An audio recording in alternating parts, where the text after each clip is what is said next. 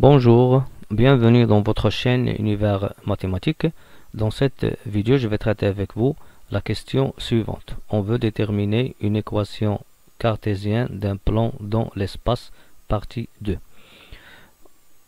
Pour cette équation, on veut déterminer une équation cartésienne du plan P, et ce plan P, il passe par le point A de composante -2, 3, 1, et a pour vecteur normal n, ces composantes sont 3, -4, 2.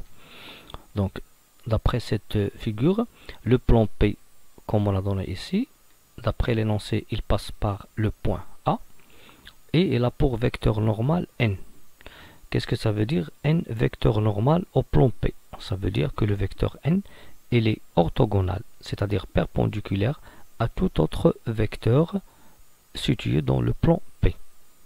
Donc si on prend M, bien sûr pour déterminer une équation cartésienne, on commence toujours par M de coordonnées x, y, z appartenant au plan.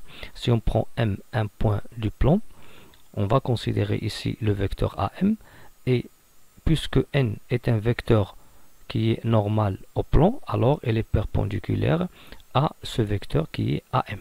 Donc, puisque n est un vecteur normal, alors n, elle est perpendiculaire à AM, ou bien on va dire que les deux vecteurs n et AM sont orthogonaux. Bien.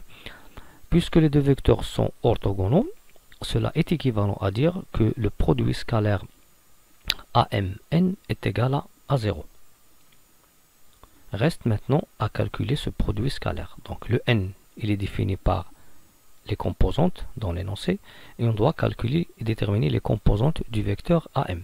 Pour le vecteur AM, bien sûr, on va prendre le x -2, c'est x plus 2, y -3, z -1. Et pour le vecteur n, il est défini par les composantes 3, -4, 2. Le produit scalaire de ces deux vecteurs est nul. On va commencer par multiplier 3 par x plus 2. Plus -4 facteur de y -3, plus 2 facteur de z -1 qui est égal à 0. Donc ici on a utilisé la définition du produit, la propriété du produit scalaire. Si on a par exemple le vecteur AM qui a pour composante x, y, z et n, x', y', z', le produit scalaire c'est quoi? C'est x, x' plus y, y' plus z, z' qui est bien sûr le 0 aussi, ça il est donné du fait que les deux vecteurs sont orthogonaux. Après on va développer cette expression, on va trouver 3x plus 6 moins 4y plus 12 plus 2z moins 2 égale à 0, et on va simplifier cette expression en calculant 6 plus 12 moins 2 qui est égal bien sûr à 16. Donc on va trouver 3x moins 4y plus 2z plus 16 égale à 0. Donc on a déterminé une équation cartésienne du plan P qui passe par le point A et a pour vecteur normal n 3 moins 4, 2, c'est 3x moins 4y plus 2z plus 16 égale à 0. Ce qu'on doit retenir ici, c'est que les coefficients respectivement du x et du y et z qui sont 3, -4, 2, ce sont les composantes du vecteur normal ici n 3, -4, 2. Bien, ici je peux utiliser une autre méthode qui est un peu simple.